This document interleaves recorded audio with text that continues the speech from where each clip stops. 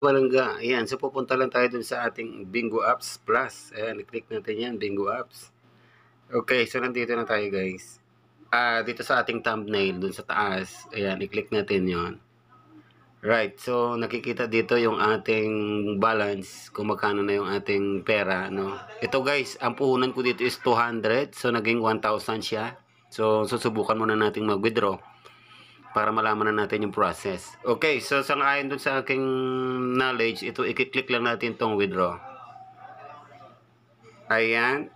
So, pag mapupunta ka dito, i-click mo tong go to the GLife para makapunta tayo sa GCash natin. Ayan, i-click natin yan. Magba-block lang siya mga palangga, no? Kasi papasok agad tayo dun sa ating GCash. Kasi apps na to mga palangga ay sa GCash ko to nakuha, no? Ituturo ko sa inyo kung paano ako nakapanalo dito at bakit libre, no? Yung aking napanalunan. So, ito na nga yung GCash ko mga palangga. Ayan.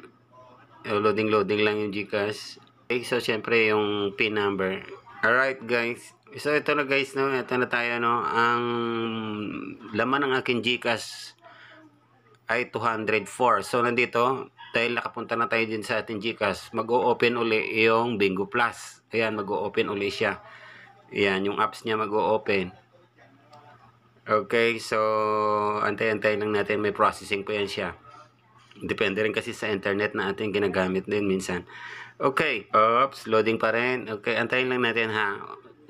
Huwag kayong mainip mga palangga dahil mangyayari din ito sa inyo kung sakali mang mag-withdraw kayo ng iyong funding. Okay, so kung nakikita nyo doon yung aking ID number, tapos yung aking pera, tapos yung deposit at saka withdraw. So i-click lang natin tong withdraw. Ayan. Okay, ayan, loading na naman siya dahil mareredirect na tayo doon.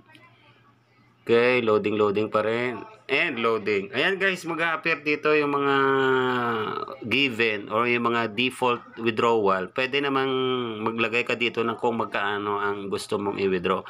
So, let's say ako gusto ko 500 ang i-withdrawin ko dahil may 500 na doon. Kiklik ko na lang. So, nandito na 500. Tapos, ikiklik ko tong confirm. Ayan. So, hindi na tayo naglagay pa ng mga password pa. Ayan, nakapalangga, withdrawal request successful. So, kung makikita nyo yung ating balance doon ay nabawasan na, no? 1,001 yan. 1,001 peso yan siya kanina, 0.50. Okay, so nabawasan na yung ating balance dito sa kay Bingo Plus. So, ibig sabihin na process na yung ating withdrawal, mga palangga. Okay, so ayan, exit na tayo dito. Ayan, titignan natin sa ating GCash. Ayan po mga palangga, oh. Ayan, GCash natin ay 204 kanina. Ayan, 700.58 na kaagad siya. Okay?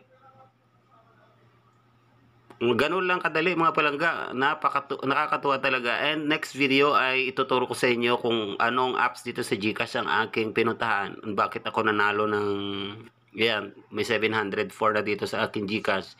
At doon naman sa Bingo Plus ko ay meron pa akong balance na 500 na pwede kong gamitin sa panglaro. Okay, so that's it mga palangga.